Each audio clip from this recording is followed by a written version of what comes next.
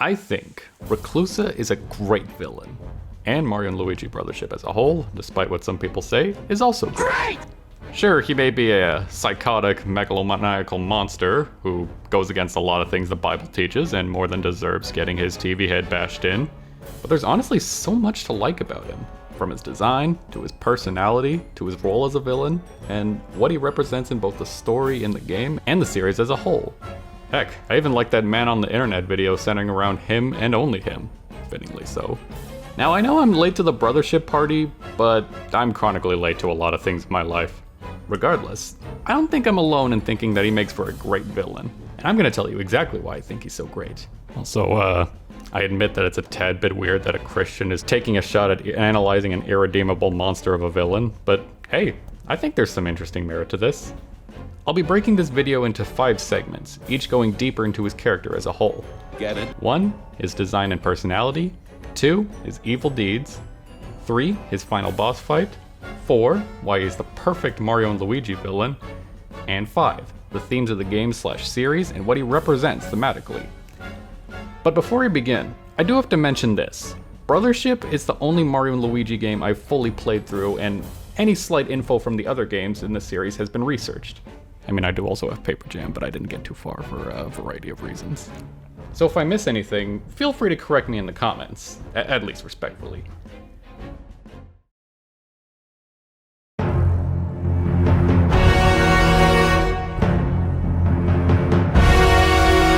Starting off with his design, he looks nothing like what Mario and Luigi have seen before, and I love it.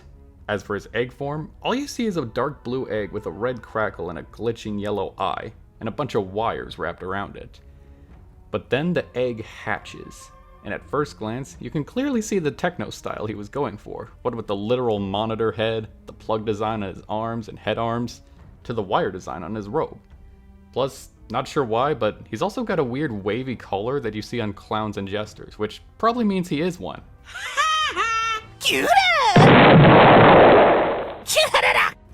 Man, Nintendo sure loves their Monarch-style villains. Also, said robe design is pretty reminiscent of some previous Mario and Luigi villains, Cackletta and Tasma being prime examples. As for his monitor faces, one's his default one with the weird red teeth for his mouth and the blue and yellow eyes. Another is when he's laughing maniacally and he sticks his tongue out, and his blue eye switches to green for some reason, and his yellow eye switches both the colors and the position of his pupil. Then there's his pain face where everything's blue, white, and shaky.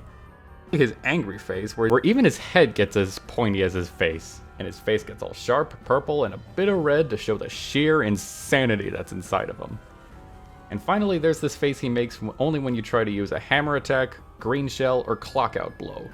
He puts on this little face that is literally a Concordian plug face just to taunt you. Then there's Weeping Reclusa, where he takes the form of a massive sapient tree, looking like a mixture of the Tower of Sauron and Bill Cipher's monster form. Here the tree has his face, and branches that change colors and can pull off giant spike balls to throw at them. Then his Weeping Core form, where he creates this big spiky shell with his yellow eyes showing to protect himself from the bros. I have not much else to say, it's just a cool little form for him. The one thing to mention about not Reclusa himself is that his army is an interesting mixture of technology and wildlife, with the Seedluses, Doomblooms, and Weeping Reclusa being prime examples. As for his personality, he's basically a sadistic man-child and the worst kind of introvert you could ever meet. His whole shtick is loneliness, thinking it's the only thing worth living for. Like, he straight up detests connections and togetherness, and goes on and on about how it's better to be alone, which kinda hits close to home here. See, I feel like I spend more time online than with my family, even if they consistently prove me wrong about this thought. Now, according to Shun, everyone has some glom inside, like dark feelings, loneliness, disconnectedness, and Reclusa is a monster that turns lonely feelings into energy. And he's been around for heaven knows how long, destroying countless worlds and realities during this time. And he intends to do this again, and again, and again, and again, and again, until maybe there's nothing left. And all because he enjoys watching the pain and suffering he causes. You are my playthings, and I get joy out of making you suffer. I'm the one who causes pain for fun. Funnily enough, I remember Vic Volan giving him a voice similar to the Collector from the Owl House, and I can start to see the similarities between the two of them. Just me, alone. I thought you'd all make such good toys, but you're no fun at all. You're no fun at all. They're kind of like, yeah, I'm really sorry. I'm absolutely channeling Owl House Collector. I've been the whole time. So yes. If the Collector wasn't actually kind of a decent person underneath it all. Yeah, when you think about it, he's just the evil, twisted version of the Collector, you know? It's not wrong. It's really not wrong. I think he's more like the archivists. Makes me kind of glad King doesn't know of the Mario universe. Otherwise, he would have met some real demons. Anyway, the reason his personality works so well is, much like some of the other villainous greats like the Joker, Syndrome, Bill Cipher, Big Jack Horner, or even King Boo and Dementio from the same franchise, he's the perfect balance of being funny and entertaining, and evil to the core. And this is especially clear when you sit on the main menu screen after defeating Socket, and he floats around the screen, then laughs at your face. A similar thing happens when you get him at half health in his final boss, where he angrily glares at the fourth wall. Now, call me an overanalyzer, but judging how he was aware of the fourth wall, this could mean that Reclusa knows about you. He knows that you're helping the bros kick his butt, and that means he probably knows about our world. And I think he's considering going to our world after he's done with the Mushroom Kingdom. But despite his slight goofiness, his actions are so evil and horrifying that it got under Mario's skin. Mario! How heartless do you have to be to chase off one of the most happy-go-lucky guys in all of fiction? Not to mention Luigi, who's known for being a bit more cautious and overall chill than Mario. Yet he just looks as cheesed off as Mario. And of course, Connie. You know you're an irredeemable monster if Connie, the kindest wotness you could ever meet, straight up says there's no place in Concordia for you. And speaking of his evil actions...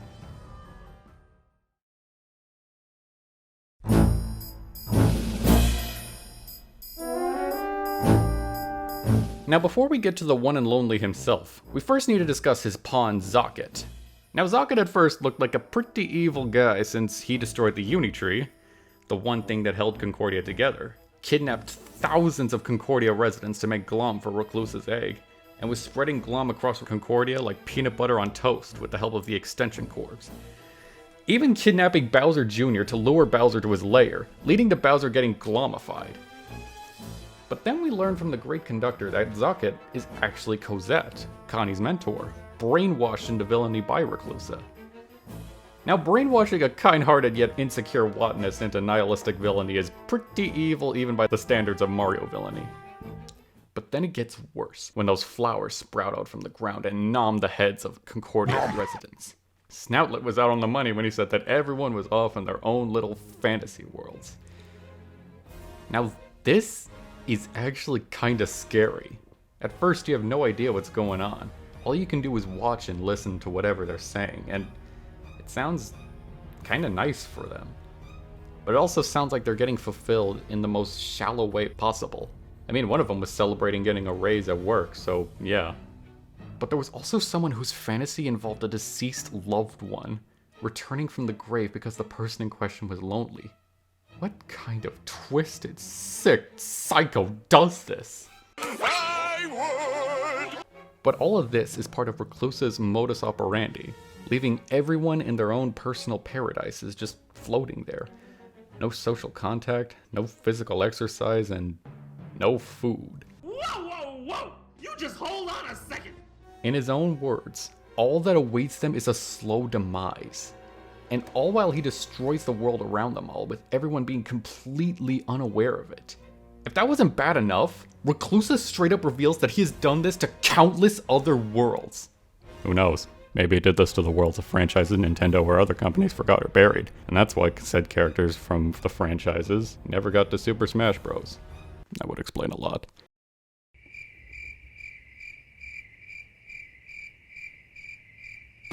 What? Bro, what are you talking about, man?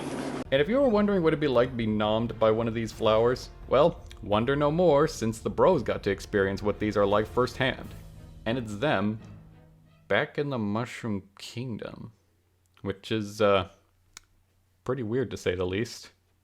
Everyone's so friendly. too friendly. Everyone's acting like they're done saving the day and welcoming them back as heroes. And at some point, it just repeats. And Bowser's minions start populating the place, with Bowser himself acting extra friendly towards the bros, which I don't think is really in character for the guy, to be honest. Even Reclusa realized this, so what does he do? Completely remove Bowser from the simulation once the bros showed their skepticism. And even make everyone agree with them in thinking Bowser was a nuisance and they were glad to see him gone. Even Bowser's minions. Even his own son! Which I don't think will ever truly happen. The one thing that a little birdie pointed out in this is that this probably means that Mario and Luigi ideally hoped that one day Bowser would stop being evil and be at peace with them. Even though both of them know that there's really no chance of that happening. Which, I don't know, it's kind of interesting to think about. Thankfully, thanks to Snoutlet and the sheer combined will of the bros, they were able to resist these flowers' influence, much to Reclusa's annoyance. So in short, these flowers are a simulation designed to make you never want to leave. A way to distract you from the drags of life, while he destroys everything around you. I mean, if Reclusa were to visit this world right now, I'm certain he would take full advantage of your desires of wanting life to be good again. Now here's a little tangent I'd like to go on regarding this book I've read that'll really explain what I mean by desires for life to be good again, and why it hits pretty close to home for me. In John Eldridge's book, Resilient, he explains that many people, especially in response to trauma from the last decade or so, often look for instant relief, whether it be in the form of social media, partying, and so on and so forth. And now that I've read all of this book, not sponsored, even though that sounds really cool, I kinda interpret Reclusa's evil plan of severing the bonds of everyone in Concordia basically as him taking advantage of everyone's desire for life to be good again. I mean, imagine being one of these people who watched the Unitree's destruction and the separation of the entire land, and watched it all drift away aimlessly, maybe knowing that some family and friends were on those islands, and not knowing if you'd ever see them again. Sure, there was Chilliam and Bernadette's wedding, which maybe improved the morale of everyone there, but even before that, while everyone had hope in the form of the Mario Bros, there were also many infected by Glom who just wanted to be left alone, thinking it's the best and only option, when that couldn't be far from the truth. Now, I'm not going to even try to speak for everyone here, but I'm fairly certain that there are some people out there who behave similarly after experiencing some form of trauma. Obviously. And I think it'll take a lot more than an Ampleberry to cure that. Heck, I feel like there have been times where I've behaved similarly to these people. At least when spending too much time on social media, to the point where I've considered A, going to therapy, or B, moving away to the mountains just to get away from all the madness. So long story short, if you were nommed by one of these flowers after enduring all of that, you'd probably want to go along with it because of how nice it is. Now, all this may or may not also be a dig at the fact that we're spending a lot more time on technology than maybe with the people around us. I don't want to sugarcoat this. Reclusa may represent how emotionally drained one can get when simply staring at screens all day long. Heck, I've heard Josh Scorcher say that he's basically an overgrown iPad baby with the power and threat level of Thanos or Bill Cipher. Now there's a lot more to say in Resilient, and if you'd like to read this book for yourself, it's currently on Amazon Prime, alongside John's other books like Get Your Life Back and Experience Jesus, really. You won't regret picking them up at all.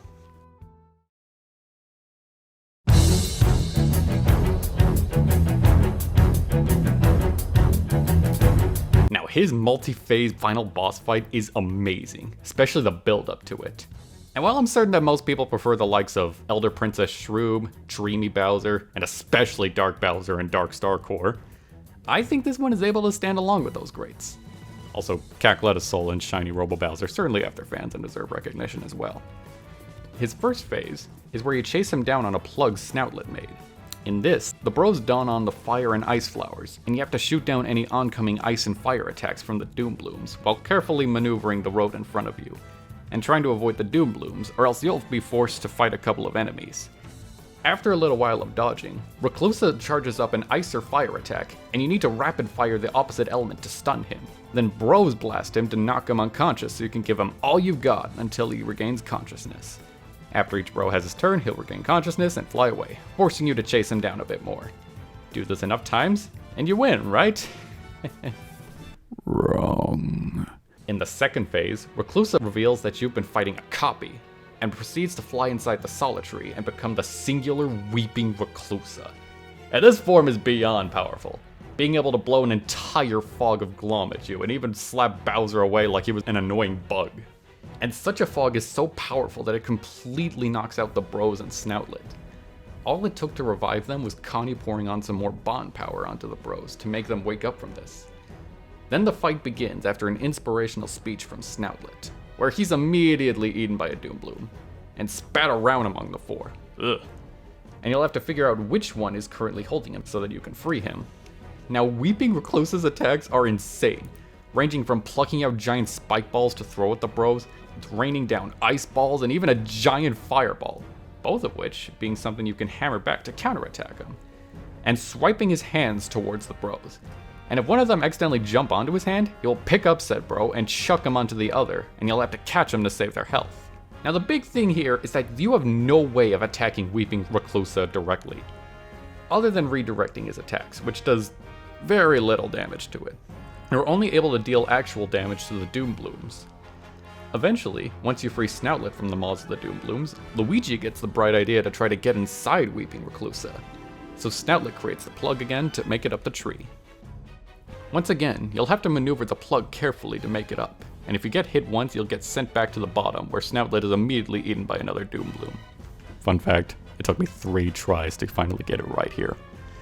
All while he sprouts out branches, I think? I don't know. And rains down fire and ice balls that you'll have to counter.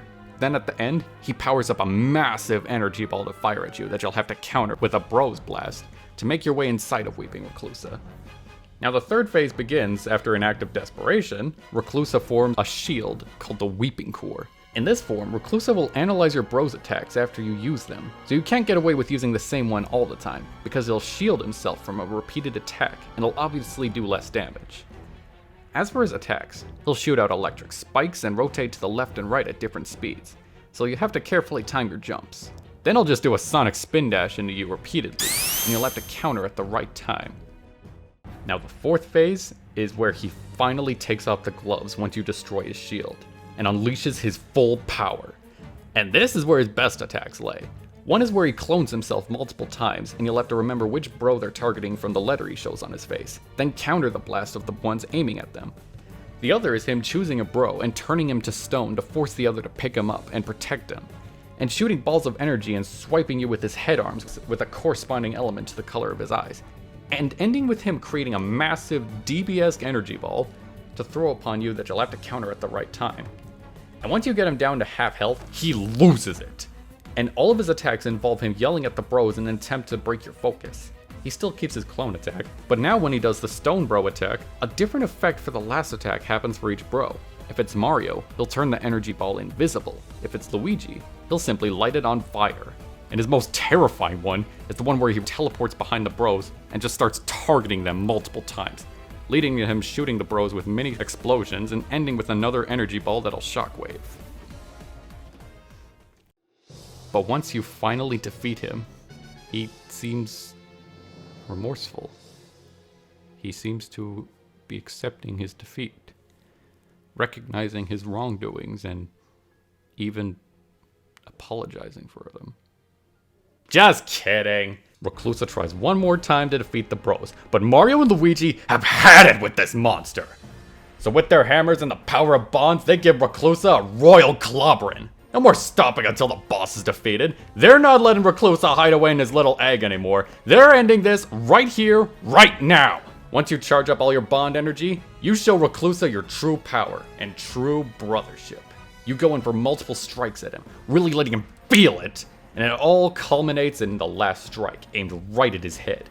And once he displays his misanthropy in the most comical way possible, they lean into their final blow even harder, and finally break him!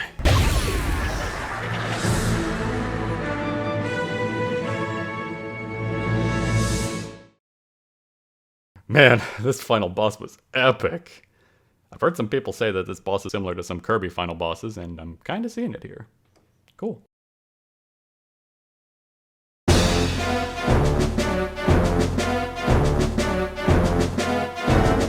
Now I'm going to take a minute to show you that he makes for not only an amazing culmination of all the main baddies that Mario and Luigi faced, but their perfect foil. Starting with the archenemy thing, I wouldn't say he's the archenemy of Mario or Luigi specifically. I mean, Bowser and King Boo already fulfill those roles. However, their relationships with those guys are entirely different stories, with Mario and Bowser's relationship being practically like Agent P and Dr. Doofenshmirtz's, and King Boo pretty much being Luigi's reverse Flash. Reclusa, on the other hand, is the arch-enemy of both Mario and Luigi, and Connie to some extent. Aside from the aforementioned Bowser and King Boo, Reclusa is the most personal enemy they faced, as he not only taunts them a couple times about what he's done to the people of Concordia and so many other worlds, he even considers destroying the Mushroom Kingdom, their home, in front of them, probably just to cheese them off. He even says that he'll personally erase their existence to their faces, so yeah. Next, I think Reclusa is the perfect Mario and Luigi villain due to being a culmination of the previous villains of the Mario and Luigi games. Except for Bowser and Paper Bowser, because they didn't originate from these games. First up, Cackletta. Now much like Cackletta, he has 4 fingers on each of his hands and a similar robe design, as well as a signature laugh. And a final boss fight that forces you inside the belly of a beast to face the villain inside. Much like the Shroobs, he too is a world-traveling threat with a complete disregard for practically anyone living on said worlds, as well as so evil of a threat that he completely darkened the tone of his respective game.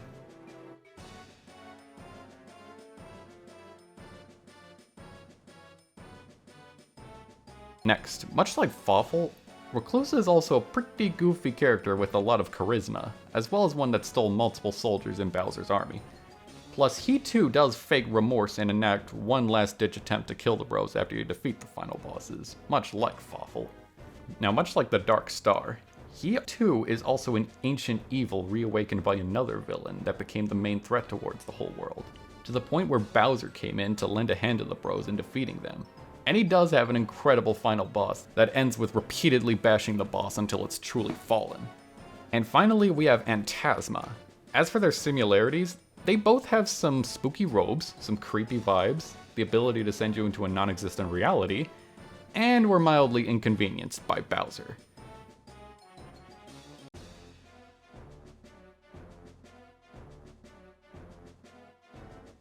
So all of these comparisons, and possibly more that I might have missed, are exactly why I think Reclusa makes for the perfect villainous culmination for this game and the franchise.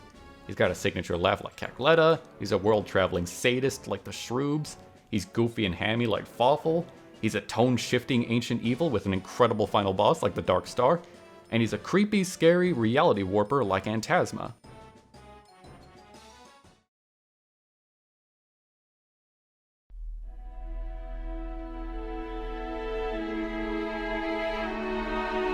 Now this segment is admittedly similar to Shea Frillis' video on why Tamatoa is his favorite character of all time. And hey, in the sense that just like how Tamatoa was a genius inclusion of Moana because he was the perfect antithesis of the film's main theme, Reclusa works because he's the perfect antithesis of the themes of not just brothership, but of the Mario and Luigi series in general. The whole theme of Mario and Luigi brothership is mostly about companionship. Dare I say, brothership.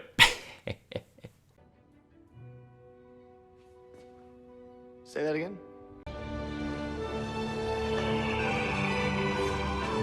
No. No? What do you mean, no? Not just in general, but also between possibly the most iconic sibling duo in all of fiction, alongside Phineas and Ferb. And so much more than them, I'm sure. And this game shows us the people of Concordia and teaches us the power of bonds. And despite how obvious or unsubtle it might be, I think it's done well and shows us the power of bonds between brothers, sisters, siblings, friends, allies, parents of their children, mentors and students, and even romantic partners are not only nice to have, but also important. As cheesy as it sounds, it's actually good for your soul, especially since God created us for connection with others.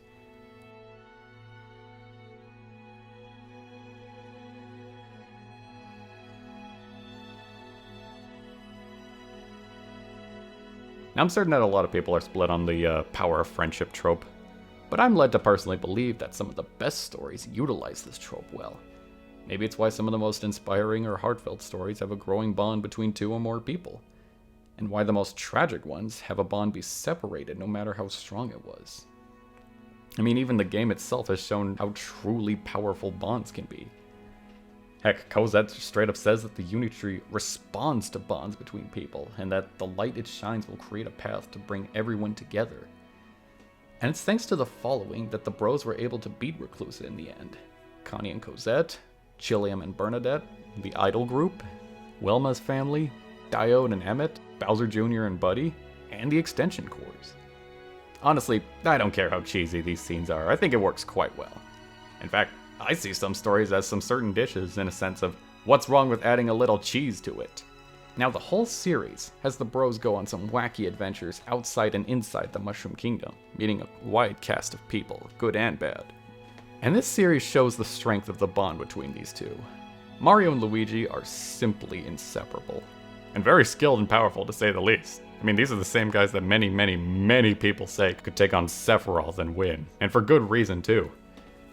Now, one can say that if you separate the two, they wouldn't be as lucky, considering they're like missing halves. Even the Extension Cores thought this, and while the game suggests that you avoid as many enemies as you can until you reunite the bros in the second Fortress Zocket visit, I'm more than certain that these two are still capable of kicking butt, together or not. I may have run from any fights there, but my point still stands. Even Connie points out that there are many things an individual can do, and that sometimes it's good to be alone. If this doesn't convince you, then take a look at a lot of the mainline games like Super Mario 64 or the Luigi's Mansion games. There, the bros are by themselves for the most part, with Mario eventually beating Bowser all by himself, and while Luigi did have some help from Egad, Polterpup, and Gooigi, he was still able to defeat King Boo not once, not twice, but 3 different times all by himself. This shows that the bros are perfectly capable of saving the day by themselves. And with all that in mind of how capable they are by themselves, you know that when they're together, they are unstoppable. But funnily enough, Mario and Luigi aren't the only ones able to go so far working together. I mean, there's multiple pairs that the bros have met across the series. Heck, even the villains couldn't have gotten so far in their plans just by themselves. I mean, Cackletta got as far as she did thanks to Fawful, especially when he absorbed her soul and fused it with Bowser's unconscious body. The Shroobs did everything they could in the name of their leaders, with Elder Princess Shroob loving her sister and swearing to avenge her. Fawful got as far as he did thanks to Midbus's loyalty and eventually the Dark Star's powers. And Tasma did work with Bowser despite the fact that he was planning to betray him. The Extension Cores were bumbling idiots who actually cared for each other, as shown by the power of their bond, and were loyal to Zocket. And last but certainly not least, Bowser cared for his army, his family, and even respected his enemies, and was even willing to work with not only the bros, but even his paper counterpart as well. Reclusa had no one by his side. For as long as he's existed, there was no one who he cared for or worked for. All he knows is bitter loneliness, and prefers to keep it that way.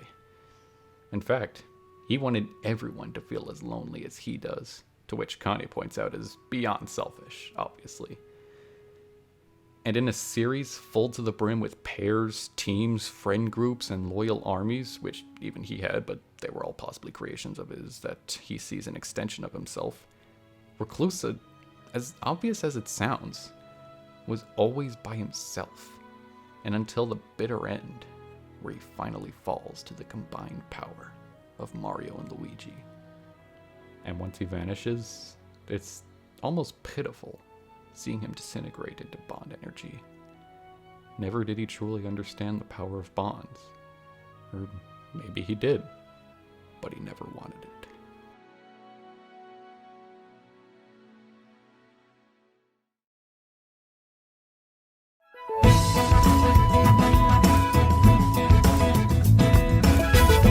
So, in conclusion, Reclusa is an excellent villain, and one of my favorite villains in the Mario franchise, next to Bowser of course. Not only is he just an entertaining character and villain, not only does he create possible nightmare fuel with his actions that hits just a little too close to home, and not only does his final boss fight make for a satisfying conclusion to a great game, but he's also the perfect opposite to the bros in every single way. Plus, I think he serves as a cautionary tale of isolation and how bad it can possibly be for your emotional or mental health. Or something like that. I don't know, I'm not a psychotherapist. Though, I'll admit that many of you prefer Bowser, Count Bleck, Dementio, King Boo, Fawful, the Shroobs, King K. Rool, and many others over him, and I can totally understand. But me, other than Bowser, there's no one more impressive of a villain than the solo act himself, Reclusa. Thanks for watching this video, and I hope you enjoyed me talking about him. But before I end this, I'll leave you with a verse from the Bible to summarize not just Mario and Luigi and their bond, but Reclusa as well. Ecclesiastes chapter 4, verse 9 and 10. 2 people can accomplish more than twice as one. They get a better return for their labor. If one person falls, the other can reach out and help. But people who are alone when they fall are in real trouble.